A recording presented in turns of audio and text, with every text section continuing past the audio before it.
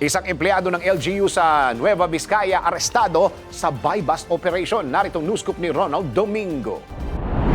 Inaresto sa Payumpong Police Station ang isang LGU employee matapos itong bentahan ng illegal na droga ang isang pulis na nagpanggap na pulis sa Puso Barrier sa Aglipay Street, District 4, Payumpong, Nueva Vizcaya.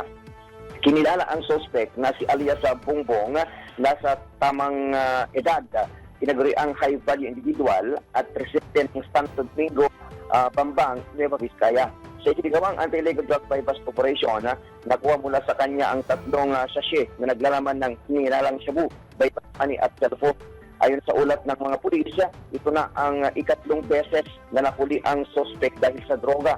Sa unang pagkakahuli nito, natapos umano nito ang parusang ipinataw sa kanya habang naghahain naman ito ng apela o plea bargaining agreement sa ikalawang pagkakataon. Sa kasalukuyan, nasa kustodya ng PNP Payumpong ang suspect at maharap sa kasong paglabag sa Republic Act 9165 o Comprehensive Dangerous Drug Act of 2002. Ito ang Ronda Patrol, Ronald Idol Domingo, nag-uulat para simpilang may tudong lakas, DWIC, nagbabalita ng tama, naglilingkod ng tama.